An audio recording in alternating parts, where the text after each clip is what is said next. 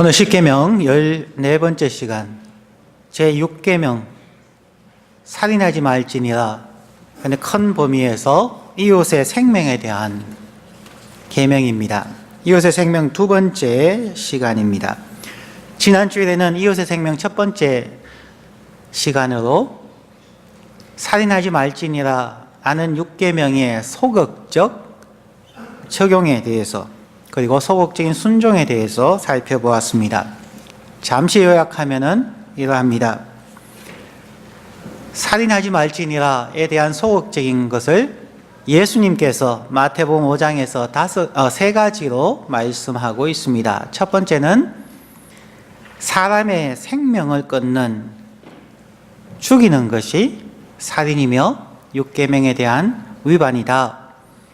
두 번째 말씀하시기를 이웃에 대하여 분노하는 것, 미워하는 것, 그 마음에 상대방에 대한 분노가 있는 것도 제6계명을 어기는 것이다 하고 예수님께서 말씀을 하십니다. 세 번째는 이웃을 화나게 하는 것도 제6계명을 어기는 것이라고 이야기합니다.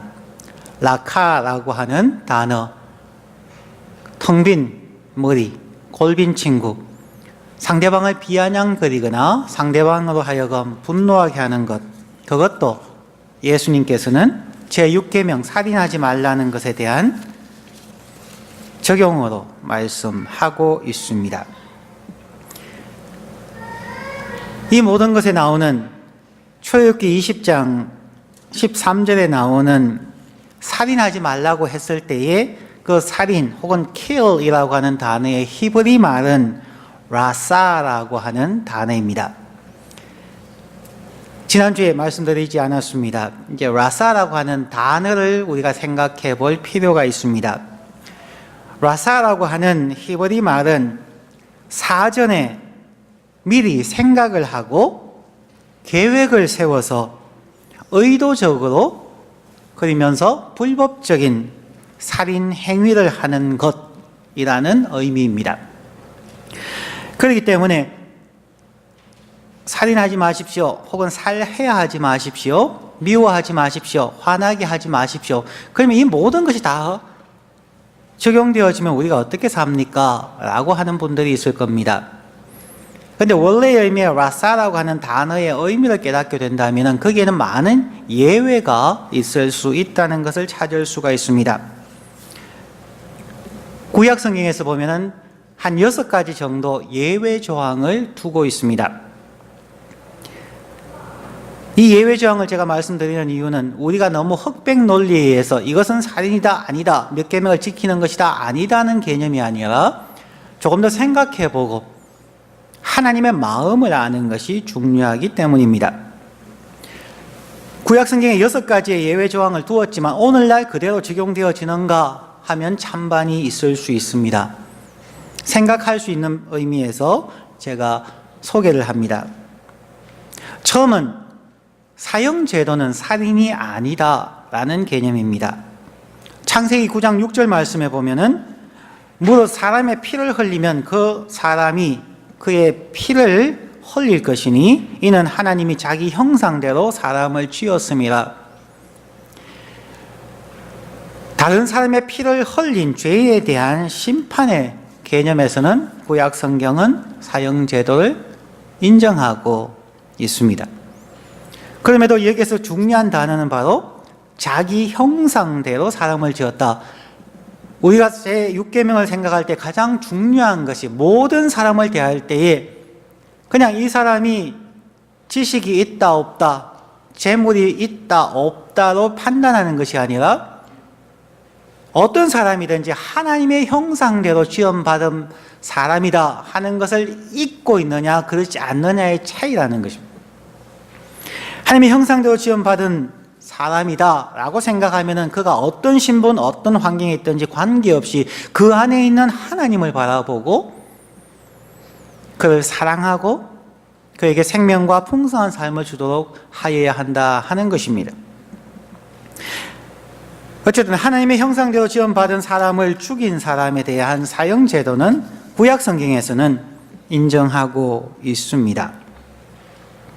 두 번째, 정당한 전쟁에 대해서는 또한 인정을 하고 있습니다. 신명기서 13장 15절이나 사무엘상 15장 3절, 사무엘하 10장 1절 같은 경우에는 정당한 전쟁에 대해서는 죄의식을 갖지 않도록 하고 있습니다. 세 번째는 가정을 파괴하는 간음의 문제에 있어서는 또한 그 사람을 죽이는 것에 대해서 인정을 합니다. 레위기서 20장 10절 같은 경우에 간음한 자는 동네 앞으로 끌어내어서 돌로 쳐서 죽이라는 표현들이 있습니다. 네 번째는 정당방위에 대해서도 예외를 적용합니다. 출애굽기 22장 2절과 같이 강도가 집에 침입했을 때에 오늘날 같이 사람이 자기에게서 위해를 가하려고 할 때에 정당방위는 제6계명에서 예외시켜 준다는 것입니다. 그 다음 다섯 번째는 의도하지 않은 실수로 살인하는 경우가 있습니다.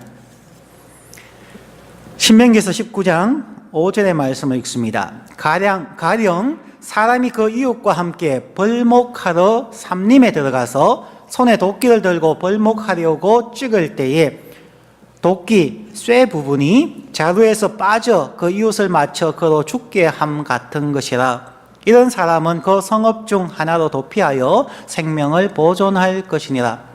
즉 실수로 의도하지 않게 사전에 계획하지 않은 상태에서 실수한 사람은 그가 죄는 있지만 사형하지는 못하게 하였습니다. 이스라엘에는 요단강 동편과 서편에 세 개의 도피성을 두어서 그런 사람들을 도피하게 합니다. 그러나 실수하였다고 그들이 다 무죄한 것은 아닙니다. 그 사람들은 도피성 안에서만 살아야 합니다. 오늘날로 말하면 감옥 안에서 살아야 하는 것이죠. 즉 벌은 받습니다. 하지만 정상을 참작하라 하는 그런 내용입니다. 그 다음 여섯 번째는 음식을 위하여 동물을 죽이는 행위. 창세기 9장 3절 같은 경우 노아의 홍수 이후에 식물이 없는 상태에서 동물을 식물로 먹을 수 있도록 한 부분들이 있습니다. 그럼 이 제6계명을 생각함에 있어서 우리는 단순한 흑백 논리가 아니라 생명에 대하여서 우리가 생명을 어떻게 생각하고 있는가 하는 것을 생각하는 것이 참으로 중요합니다. 그러면 우리는 왜 이웃에 대한 미움의 마음이 생길까요? 우리는 왜 마음에 분노함이 있고 욕설을 하거나 혹은 그 사람에게 해를 끼치려고 하게 될까요? 그것을 해결할 수 있는 방법이 바로 예수님께서 말씀하신 마태복음 22장 39절의 말씀입니다. 둘째는 그와 같으니 내 이웃을 내 몸과 같이 사랑하라 하셨으니, 가장 큰 문제는 이웃이 아니라 자기 자신입니다. 분노하는 사람, 짜증내는 사람, 혹은 살인하는 사람을 통계적으로 자세히 살펴보면 한 가지 공통점이 있습니다. 자신을 사랑하지 못하는 사람입니다. 자기에 대해서 만족하지 못하는 사람, 자기 자신에 대해서 낮은 자존감이 있는 사람들입니다. 자신을 진실되게 사랑하는 사람만이 이웃을 사랑할 수가 있다는 것입니다. 왜 살인을 합니까? 분노 때문에 생깁니다. 왜 분노가 생깁니까? 자기 자신을 주체할 수 없는, 자기 자신을 사랑하지 못하고 그 마음속에 있는 어려운 감정들 때문에, 자기의 상처 때문에 그런 경우가 많습니다. 살인이 아니라 할지라도 부부 사이에 왜 다툼이 많습니까? 사람들은 자기가 변화되어지는, 자신이 하나님의 형상대로 지음받은 자임을 알고 하나님의 형상에 이르기까지, 회복할 때까지 끊임없이 노력해가는 그 노력이 없고, 자신은 잘 바뀌지 않는다고 생각하면서 상대방에 대해서 바뀌라고 얘기하기 때문입니다. 내가 열심히 노력하기보다는 나는 안 되니까 세상이 나에 대해서 불공평하다고 생각하고 묻지마 살해를 한다든지 어려움을 겪는 경우가 대부분입니다. 정말 우리는 우리 자신을 사랑합니까? 정말 우리가 그리스도의 형상을 회복하는 그 순간까지 최선의 노력을 다해서 노력하고 있습니까? 얼마 전에 뉴스에서 우연히 인터뷰하는 대화를 보았습니다. 한국의 야구 감독 가운데 야신이라고 하는 김성근 감독님이 있는데, 그 김성근 감독을 배구팀인 캐시 앤 러시의 배구팀에서 원래 새로 생겨서 항상 꼴찌하는 팀입니다. 그 팀에서 배구 감독을 초청한 것이 아니라 야구 감독을 초청해서 세미나를 했습니다. 거기에서 세미나가 오래 되었지만 단 하나를 그분이 강조하는 것이 제 마음속에 엄청난 도전이 되었습니다. 그분이 배구 선수들 앞에서 강의를 하면서 그렇게 얘기했습니다. 여러분, 지는 것은 프로가 아닙니다. 지고 편히 집에 가 잠잘 수 있는 사람은 프로가 아닙니다. 자기는 야구 감독으로서 야구 선수에게 그날 안타 하나도 못 쳤으면 그날 저녁에 혼자서 섀도우 스윙 연습 1000개를 시킨다는 거죠. 우리가 잘 아는 미국의 농구 황제 마이클 조던이 있죠. 그 조던이 미국 인터뷰를 할 때 그랬습니다. 그 선수가 게임에서 지거나 자기 야투율이 얼마 되지 않으면 혼자 체육관에 가서 농구공을 1000개씩 던졌다는 얘기가 있었습니다. 자기는 지는 것을 견딜 수가 없다는 거죠. 특히 자기가 실수하거나 자기가 노력하지 않아서 야투율이 떨어진다든지 지는 것은 용서할 수가 없다는 거죠. 그런 것 때문에 농구 황제 마이클 조던이 생겼고, 또 야구의 신이라고 하는 김성근 감독이 존재하는 것이죠. 정말 우리 그리스도인들이 정말 우리가 하나님의 사람이라는 것을 안다면, 정말 하나님께서 우리에게 원하는 것이 무엇인지를 안다면, 그냥 한 번씩 예배에 나와서 예배하고 찬양하고 나는 구원받았습니다로 끝나는 것이 아니라 정말 하나님께서 원하는 것이 갈라디아서 4장 19절에 있는 것처럼 너희 안에 그리스도의 형상이 회복될 때까지 내가 해산하는 고통을 겪겠다. 바울 사도 자신이 전도하고 자신의 교회에 나오는 사람들, 선교지에 있는 그 사람들이 그리스도의 형상을 회복하게 하기 위해서는 내가 해산하는 고통을, 세상에서 가장 힘들다고 하는 아이를 낳는 그 고통을 하겠다. 그게 바로 야구 스윙 1000개 하는 것이나 혼자서 자유투 1000개 연습하는 그러한 운동 선수들의 모습일 것입니다. 우리 그리스도인들에게 그러한 끈질김이 있는가? 우리의 그러한 목표가 있는가? 예배할 때는 이 땅에 하나님의 나라가 임하시며 세계 곳곳까지 선교사가 나아가고 우리의 어려운 삶을 위해서 도와주며 우리는 구호들을 많이 외치지만 정말 그 자리에 가기까지 나는 정말 이를 악물고라도 기도가 되지 않더라도 무릎 꿇고 30분 그냥 주님 앞에 그냥 무릎 꿇고 있을 수 있는가? 무슨 뜻인지 전혀 알지 못하더라도 하루에 성경 3장씩 10장씩 읽어갈 수 있는가? 나도 힘들지만 하루에 1불씩 모아서 가난한 사람에게 줄 수 있는가? 어떤 사람들은 하루에 스윙 1000개씩을 하는데 우리는 그러한 끈질김이 있는가? 우리가 그렇게 자기를 사랑할 수 있다면 우리는 남을 넉넉하게 배려해 줄 수 있는 마음이 생깁니다. 그런 운동선수한테 우리가 옆에 가서 무슨 얘기한다고 화내고 그럴 사람 없습니다.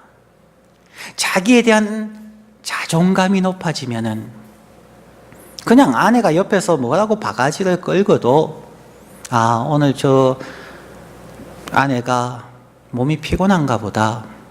마사지 해줄까요? 오늘 밥 먹지 말고 내가 나가서 뭐 맛있는 거 하나 사올게요. 그런 마음이 들어야 이게 그리스도인이죠. 그런 마음이 있어야 사랑의 하나님을 섬긴다고 우리가 말할 수 있는 것이죠.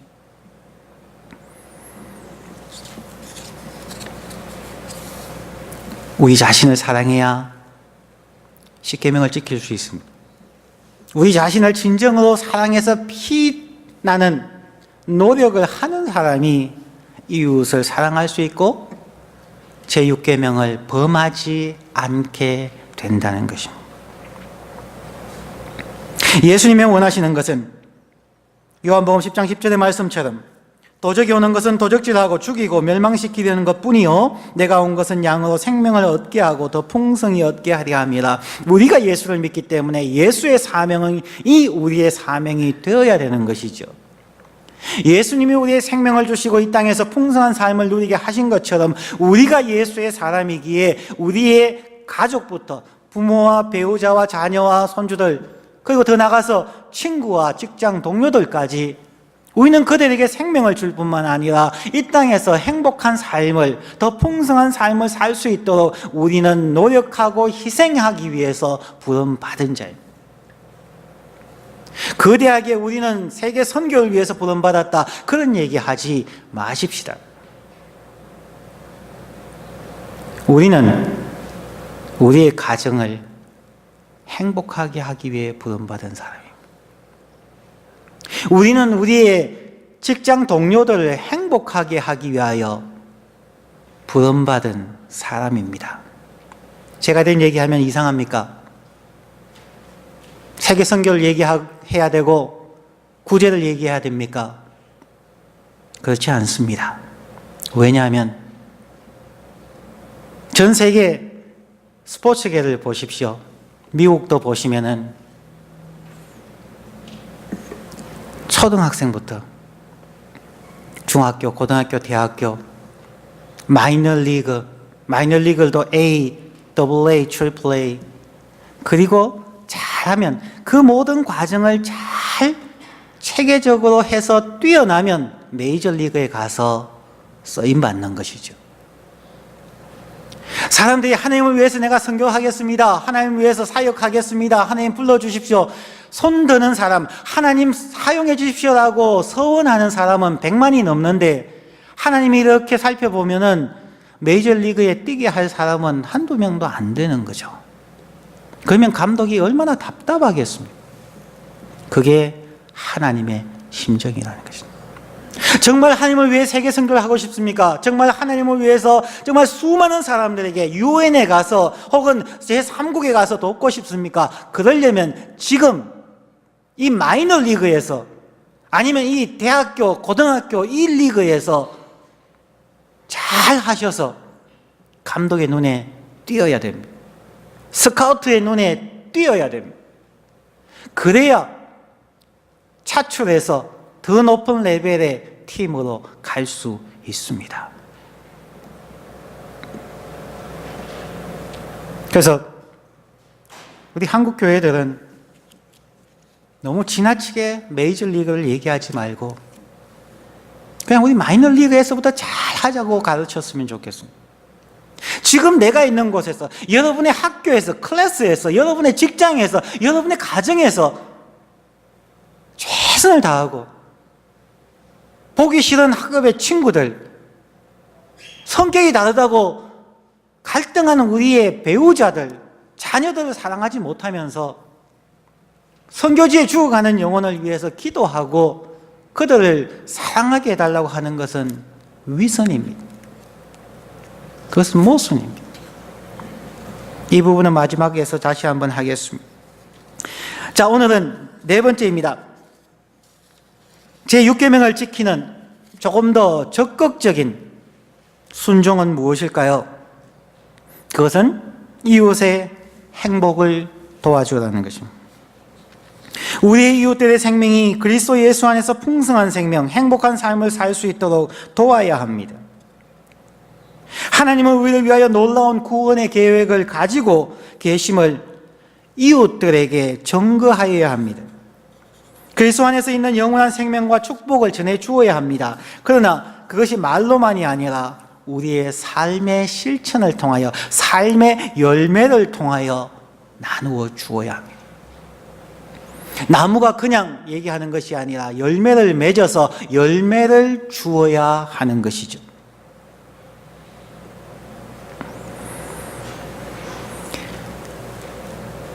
마태복음에서 예수님께서 5장에 얘기하셨을 때에 살인하는 자도 심판을 받게 된다는 단어가 나온다고 말씀드렸습니다. 두 번째, 그 마음에 미워하는 자에게도 심판을 받는다는 표현이 나왔습니다. 세 번째, 친구를 향하여 나가라 하는 사람도 지옥불에 들어간다고 얘기했습니다.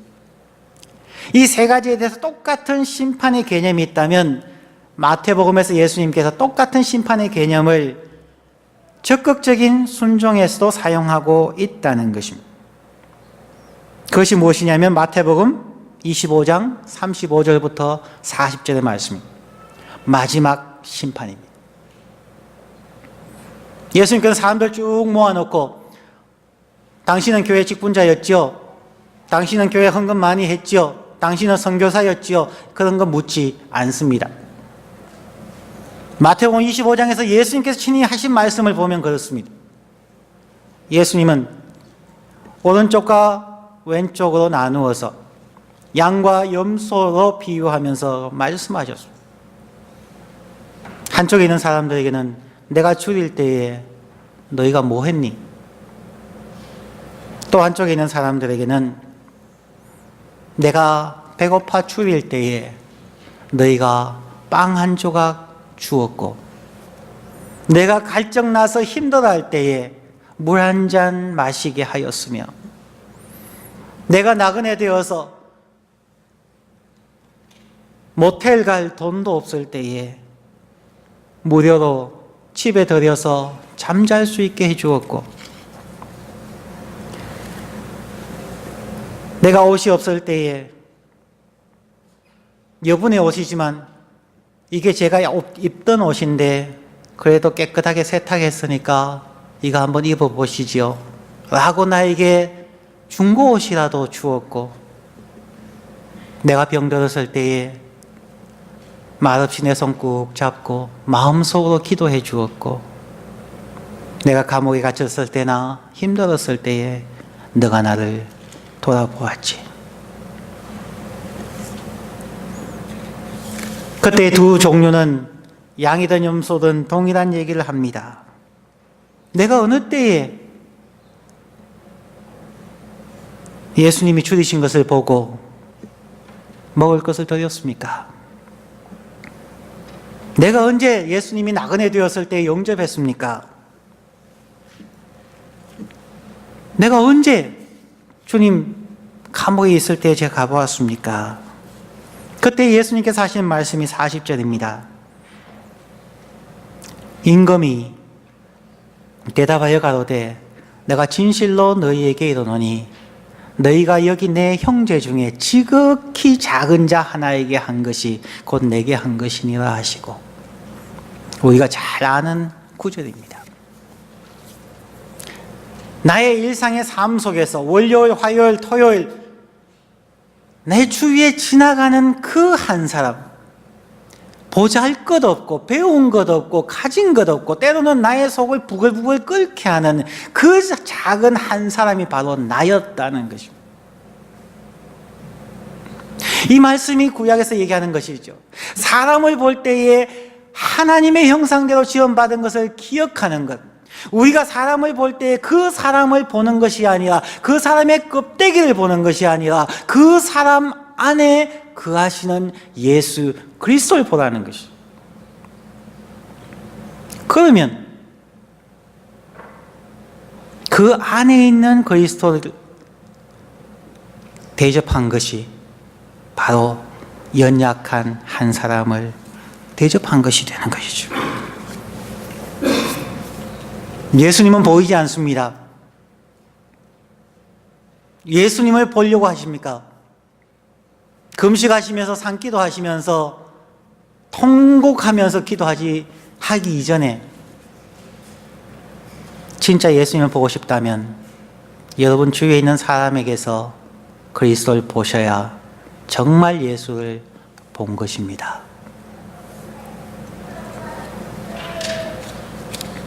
그렇기 때문에 이 마태복음 25장의 내용을 위해서, 그리고 또한 우리가 율계명을 지키는 사람으로 살아가기 위해서 우리가 꼭 기억해야 될 성경 구절 두 가지가 있습니다. 하나는 빌립보서이고 하나는 골로새서입니다. 빌립보서 2장 3절 말씀. 아무 일에든지 다툼이나 허영으로 하지 말고 오직 겸손한 마음으로 각각 자기보다 남을 낫게 여기고. 가정에서나 직장에서나 학교에서나 어디에서나 무슨 일을 하든지 말다툼하지 말고, 내가 옳다 너가 옳다 얘기하지 말고, 허영으로 자기를 과장하거나 위선하지 말고 오직 겸손한 마음으로 이 사람이 나보다 더 나은 사람입니다, 이 사람의 안에 있는 예수 그리스도가 존귀한 나의 구원자입니다 라고 생각하십시오. 그래야 율계명을 어기지 않습니다. 두 번째는 골로새서 3장 23절입니다. 무슨 일을 하든지 마음을 다하여 주께 하듯 하고 사람에게 하듯 하지 마십시오. 직장에서 일해서 돈을 벌어오는 것이나, 가정에서 아이들 돌보고 식사 준비를 하는 것이나 주께 하듯 하십시오. 교회 주방에서 봉사하고 찬양대에서 일하고 교사로 혹은 목회자로 봉사할 때에 내가 교인들을 위해서 일한다고 생각하면 그때부터 시험에 듭니다. 내가 이만큼 하는데 왜 알아주는 사람이 없고, 내가 이만큼 하는데 누가 한 명 나에게 따뜻한 말 한마디 거두니까 섭섭한 거죠. 교인들에 대해서 가장 무서운 것이 섭섭마귀라고 하죠. 왜 섭섭할까요? 죽게 하듯 하지 않았기 때문에 그렇습니다. 무슨 일을 하든지 우리의 마음을 다하여 하는 이 단어는 마음을 다하여 주 너의 하나님을 사랑하라는 단어와 같은 단어입니다. 마음과 정성과 뜻을 다하여 하나님을 사랑하는 바로 그 마음으로 모든 일을 주께 하듯 하십시오 하는 말입니다. 그러면 제6계명을 지키기 위해서 우리가 지켜야 할 것은 무엇일까요? 실천적인 것 한 4가지만 하겠습니다. 첫 번째, 우리는 위선의 삶을 살지 않아야 합니다. 위선적으로 살아서는 안 됩니다. 할 수 있는 것만큼 하시고 우리의 신앙이 그 정도라고 솔직하게 인정하는 것입니다. 그러면서 우리의 삶 속에서 악을 미워하고 선을 사모하는 삶이어야 합니다. 두 번째는 우리는 하나님의 형상대로 지원받은 인간의 생명을 귀히 여기도록 가르쳐야 합니다.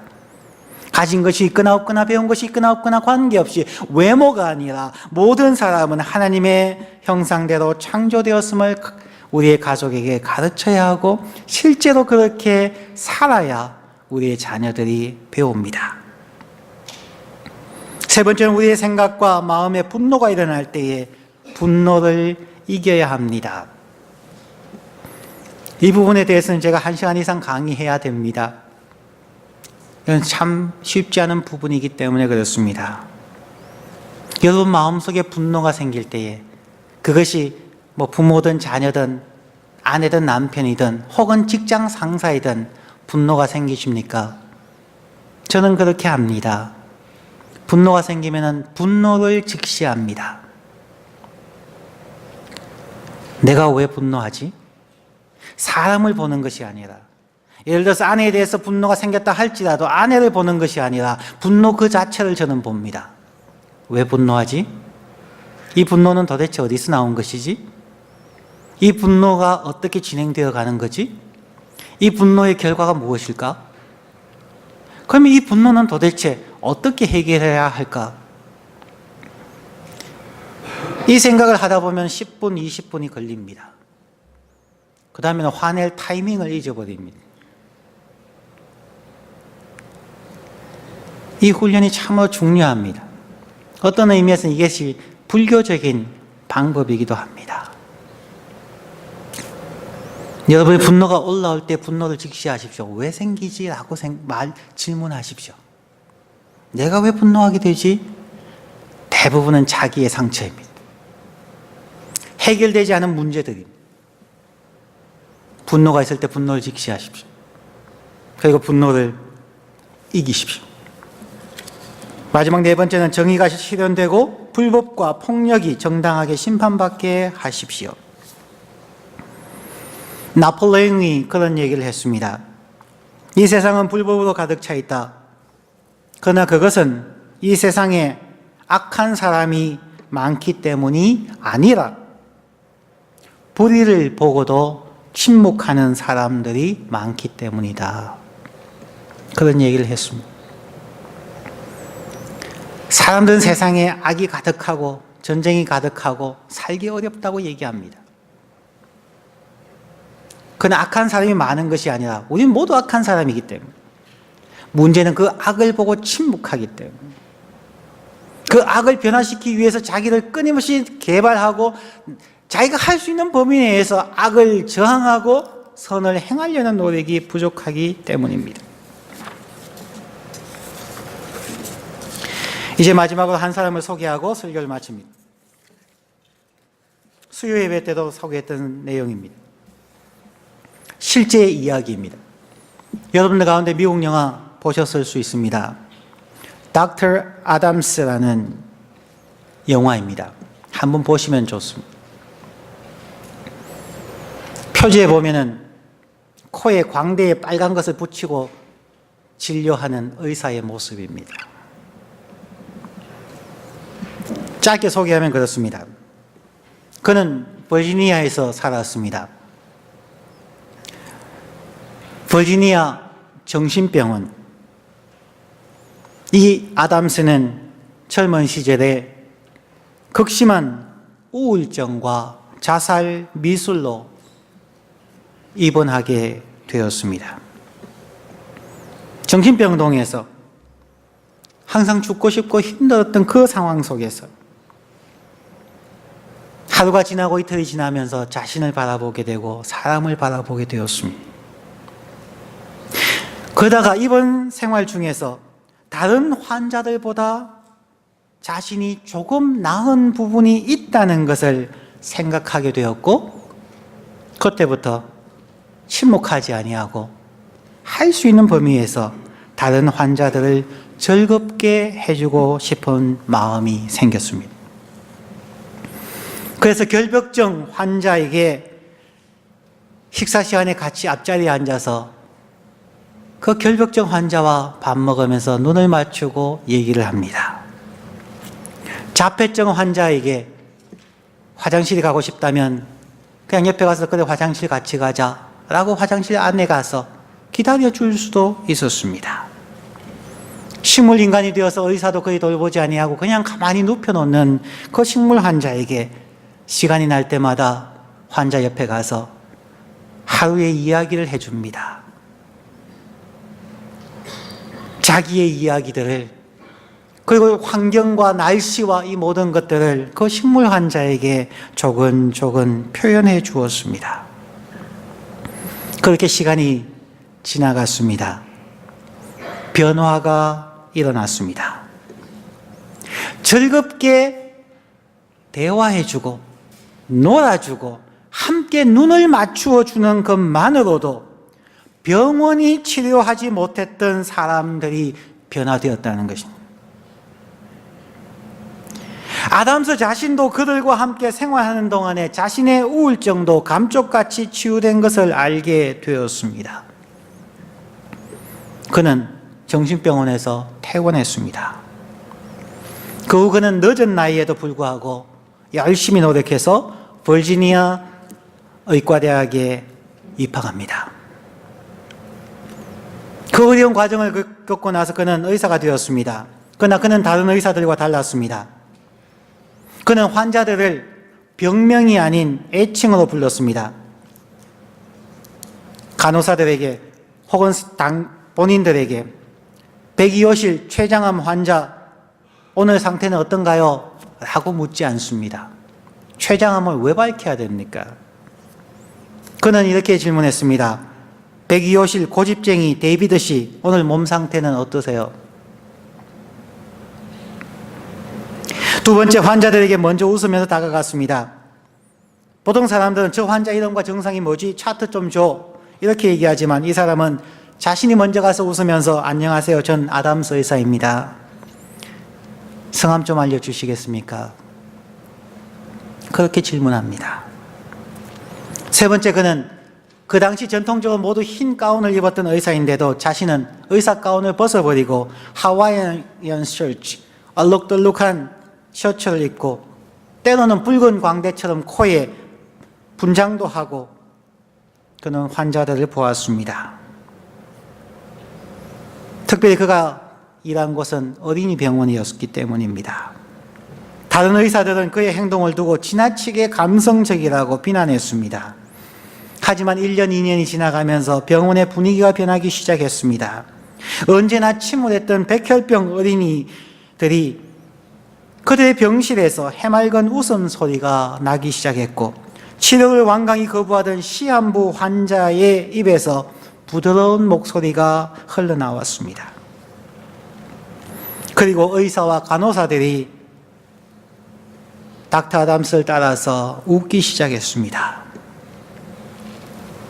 병원은 점점 커져갔고, 이후 아담스는 사람들에게 많은 성금도 후원도 받게 되었습니다.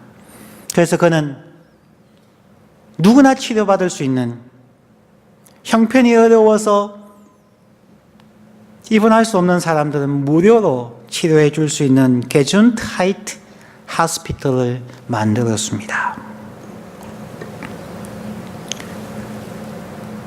한 사람이 수많은 사람들을 변화시켰고, 버지니아 병원에 있지 않는, 게준트하이트 병원에 있지 않은 사람들에게까지 엄청난 도전을 주어서 너무나 감동적인 스토리여서 닥터 아담스라는 영화까지 만들어졌습니다.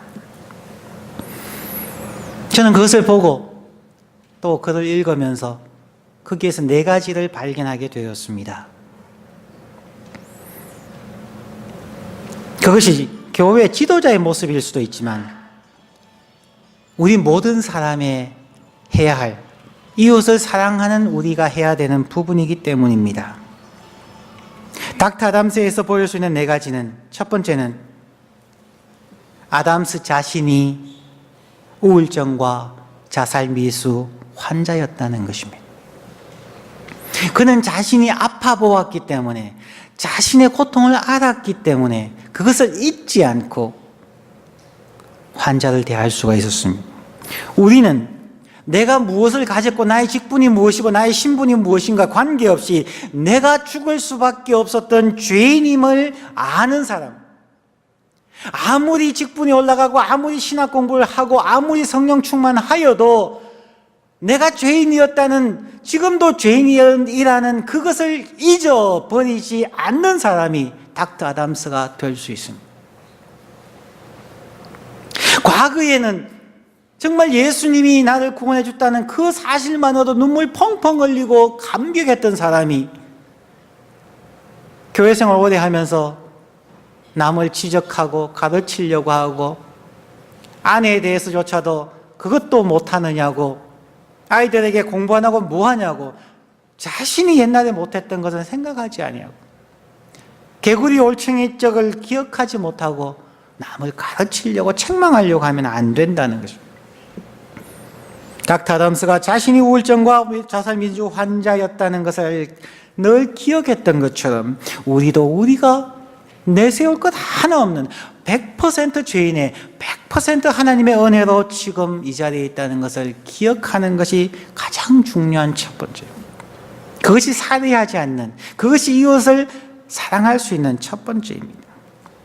두 번째는 닥터 아담스는 환자인 자신의 처지에서도 다른 환자의 필요를 보고 도와주고자 하는 마음, 다른 환자를 즐겁게 해주고자 하는 마음이 있었다는 것입니다. 그가 했던 것은 그냥 같이 밥 먹는 것이었어요. 그냥 자기 얘기 들려주는 것입니다. 저희들도 하나님의 사람이 되고 난 후부터 이웃의 생명과 그들의 생명을 풍성하기 위해서 크게 일하지 않으셔도 됩니다. 멀리 가지 않으셔도 됩니다. 지금 내 주위의 사람을 즐겁게 해주어야 된다는 그 마음을 가지시면 됩니다. 그리고 내가 할 수 있는 시간 하루에 5분, 10분을 가지고 그 사람의 손을 붙잡아주고 그 사람의 얘기를 들어주고 그 사람을 격려해주면 됩니다. 있는 자리에서 나의 주위의 사람들을 즐겁게 해주기 위해 노력하면 됩니다. 세 번째는 조금 더 어렵습니다. 이웃을 돕고자 하는 목표를 가지고 계속 공부하고 노력하였습니다. 그는 정신병동에 나와서 늦은 나이에 남들이 불가능하다고 얘기했지만 마치 야구 감독 김성근 감독님이 스윙 연습 하루에 1000개를 하라고 했는 것처럼, 마이클 조던이 하루에 수백 개씩 자유투 연습을 했는 것처럼, 이 닥터 아담스는 그 늦은 나이에 그 어려운 의과대학을 들어가기 위해서 밤낮 없이 공부했다는 거죠. 분명한 목표가 있었기 때문에 나처럼 우울증으로 자살하려고 하는 저 수많은 사람들 내가 살리기 위해서는 내가 하루에 몇 시간 못 자더라도, 사람들이 나를 미쳤다 할지라도 나는 이 목표가 있기 때문에 나는 죽으라고 공부합니다. 하루에 1000개의 단어를 외우고 하루에 내가 할 수 있는 최선을 다해서 하겠습니다. 그리스도인들도 마찬가지입니다. 그냥 신학 박사가 아니라, 그냥 교회의 측분자가 아니라 내가 그리스도의 형상을 회복하는 그날까지, 사람들이 보기에 저 사람을 보면 내가 예수를 보는 것 같다는 그 상황에 이르기까지 그 목표를 가지고 끊임없이 자기를 채찍질하며 나보다 남을 낮게 여기고 무슨 일을 하든지 주님께 하는 심정으로 해야만 합니다. 지속적으로 자기 개발을 해야 됩니다. 성숙해 가야만 합니다.